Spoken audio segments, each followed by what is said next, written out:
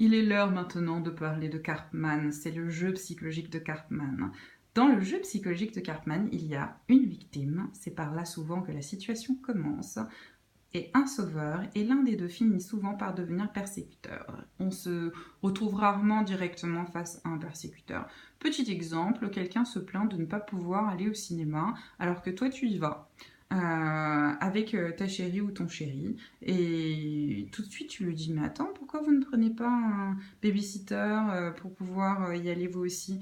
Et puis la victime se plaint, dit oui mais j'aimerais bien mais il n'y a pas de babysitter vers chez nous. Le sauveur continue, et si tu essayais de demander à tes beaux-parents de garder les enfants? Ah oui mais moi tu sais, mamie Jeannette elle a mal à la jambe, elle peut pas s'en occuper.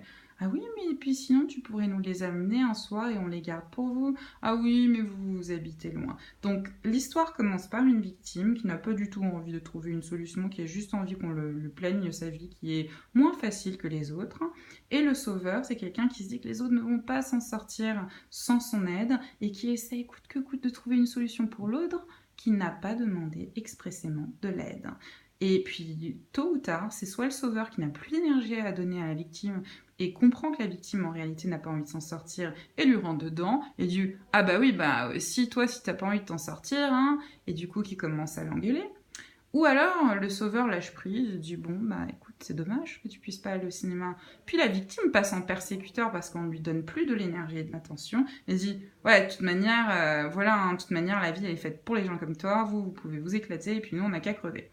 Donc souvent, il y en a l'un des deux qui monte en persécuteur à la fin, et le persécuteur, c'est l'état d'esprit dans lequel on a l'impression que les autres sont des boulets, alors que le comportement constructif serait de se dire, si très régulièrement on me bouffe mon énergie, c'est que je ne me suis pas entourée de personnes qui ont des valeurs similaires aux miennes, et donc il va falloir que je change d'environnement. Donc aucun de ces trois personnages, de ces trois comportements à adopter ne sont positifs. À chaque fois, c'est un jeu psychologique et on n'est pas en train d'être positif ni constructif. On crée des liens de dépendance entre les uns et les autres et on n'avance pas. Donc c'est à chacun, à tout moment, en repérant qu'un jeu est en place, de casser le jeu de Karpman. Donc si on sent qu'on est en train de se plaindre, tout de suite on essaie de se dire oh là là, je vais arrêter de faire ma victime et de vampiriser l'énergie des autres. Et donc soit j'ai envie de demander de l'aide vraiment pour avancer, ou alors j'ai pas envie et j'arrête de me plaindre.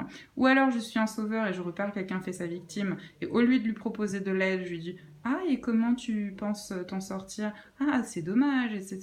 Mais jusqu'à ce qu'il n'y ait pas de demande exprimée d'aide, on n'aide pas, on ne propose pas de solution. Et puis le persécuteur, bah, il faut il va se mettre dans un état qui va le bouffer, donc il faut très vite qu'il se demande s'il est dans le bon environnement.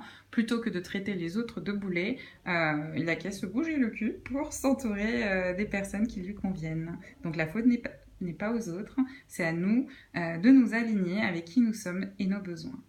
Donc maintenant, tout comme pour les drivers émotionnels et pour Karpman, essaye de repérer dans quel jeu psychologique et dans quelle recherche de validation tu te reconnais le plus, et ensuite viens le renseigner dans le dark side, le bas de ta boussole, en y écrivant toi à quoi tu dois faire attention dans le quotidien.